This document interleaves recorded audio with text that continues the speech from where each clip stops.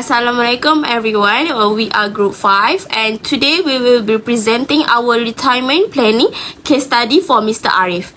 I will begin the presentation with the first part, which is about estimating Mr. Arif's future retirement expenses and the total retirement fund needed for his retirement years. My name is SYAFIA AINA binti Mahdi. First, let's look at Mr. Arif's retirement expenses. Currently, his goal is to receive 3,000 ringgit per month when he retires. However, this amount is based on today's value and we must consider the effect of inflation. Since Mr. Arif is now 30 years old and plans to retire at the age of 60, that means there are 30 years until his retirement. With an annual inflation rate by 3%, the value of 3,000 ringgit will increase significantly in the future. Using the future value formula, 3,000 ringgit multiplied by 1.03 to the power of 30, we estimate that the amount will grow to around 7,300 ringgit per month by the time he reaches 60 years old. This means that in order to maintain the same lifestyles as today, Mr. Arif will need about 7,300 ringgit every month during his retirement year. Hi, Assalamualaikum everyone. My name is IZZAH AQILAH. So let's move on to the calculation of the total retirement fund needed. Since Mr. Arif plans to retire at 60 years and expect to live until around 80 years, we must calculate 20 years of retirement expenses. With RM7,300 per month, the total required fund will be approximately around 1,395,026 ringgit. So next we compare this amount with Mr. Arif project saving by the time he reaches retirement age. Each accumulated savings are expected to reach RM1,461,328 ringgit. This shows that Mr. Arif will have more than enough to cover his retirement, with a small surplus around RM66,302 ringgit. Therefore, based on our assumption, his financial plan is sufficient and realistic to support his retirement needs. So, thank you. Next, I will be presenting the proposed saving and investment plan for Mr. Arif that covering how he can achieve his retirement goal from age 30 to 60. So our main objective is for Mr. Arif to accumulate about 1.46 million ringgit by age 60. This amount will fund his retirement expenses of RM7,282 per month, adjusted for inflation for 20 years from age 60 to 80. To reach this goal, Mr. Arif needs to save around RM1,100 ringgit per month, which is about 27% of his current income. He should also increase his saving by 3% every year as his salary grows and set aside part of his annual bonus as extra contribution. For Mr. Arif, we recommend using a life stage approach. This means adjusting his investment mix as he grows older. From age 30 to 40, or the growth phase, 30% in EPF, which is a safe and give stable returns around 5 to 6%. 40% in equity unit trusts or ETFs, which have higher growth potential about 7 to 8% per year. And 20% in the private retirement scheme or PRS, which is good for long-term retirement savings and also give tax relief. And lastly is a 10% in bond or sukuk for stability. Here the focus is on building capital aggressively even if there is some risk. From age 40 to 50 or the balance phase, increase EPF to 40%, reduce equities and ETF to 30% and keep PRS at 20% and bonds remain at 10%. At this stage, the focus is to slowly balance between growth and stability. And finally, from age 51 to 60 or the conservative phase, 50% in EPF, 30% in bonds or fixed income, 20% in PRS, that preferably in conservative funds. The focus here is to reduce exposure to risky assets and protect the saving that Mr. Arif has pulled up. Overall, this life stage strategy ensures that Mr. Arif grows his money when he is young and protects it when he is close to retirement. With this plan, Mr. Arif's saving will grow steadily.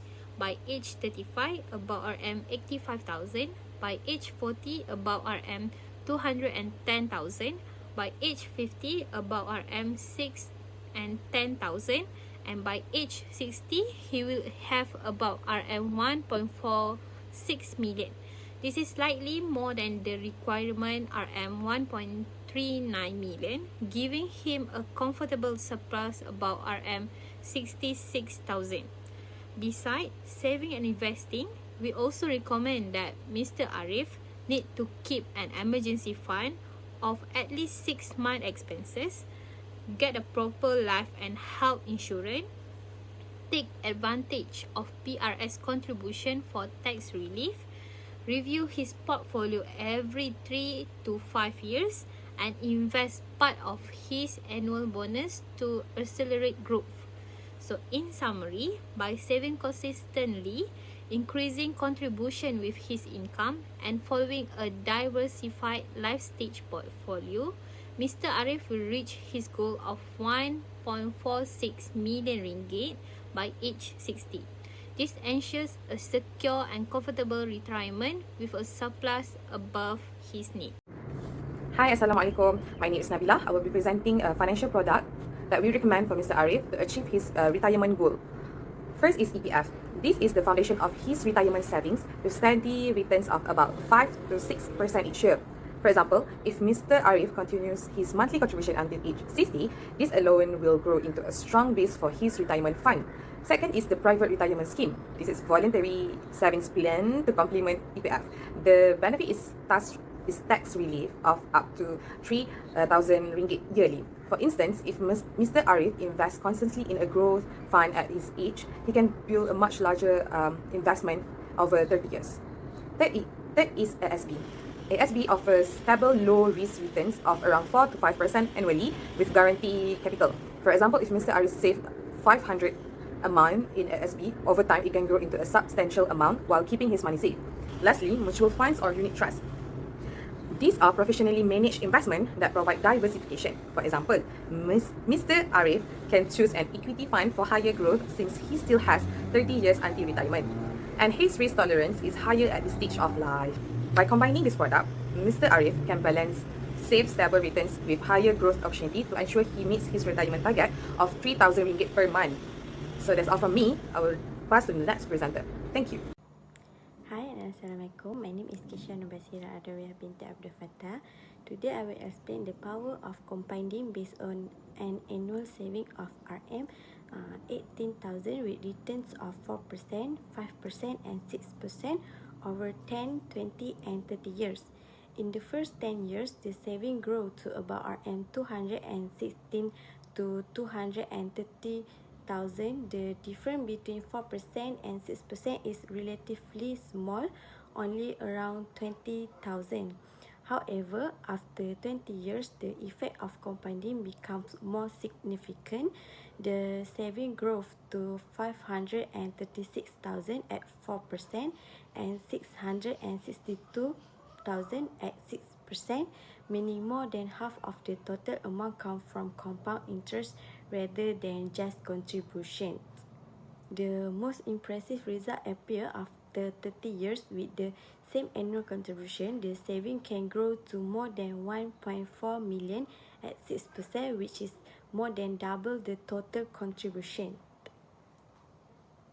In conclusion, Mr. Arif needs to consistent in his saving process to get an average return of 6% per annum, as it has the potential to collect around 1.4 million.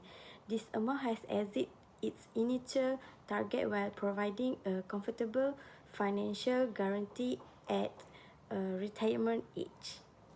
That's all from me. Hi, my name is AMANI, going to present about contingency plan. a few simple assumptions Mr. Arif retirement plan that he will remain unmarried, have a steady job with a 3% annual pay rise and regularly contribute to his savings. However, in reality, this presumption may be altered by life events. For example, his financial support will stop if he lost his job. If so, he needs to have an emergency fund and find additional sources of income and keep saving until he regains financial stability. Another situation is buying a house. A housing loans means a higher income commitments, which can reduce his retirement savings. So he can temporarily lower his contribution and later increase them when his salary grows. If he gets married and start a family, expenses will rise as well. The solution is joint financial planning with his spouse by ensuring proper insurance and keeping contribution flexible rather than stopping them. The health challenges such as chronic illness are also a risk. That's why a medical and critical illness life insurance is very important to protect his retirement funds. And if investment do not perform as expected, Mr. Arif could delay retirement by a few years or adjust his retirement lifestyle. In conclusion, contingency planning is about flexibility by adapting to life events while still working toward the long-term retirement goals.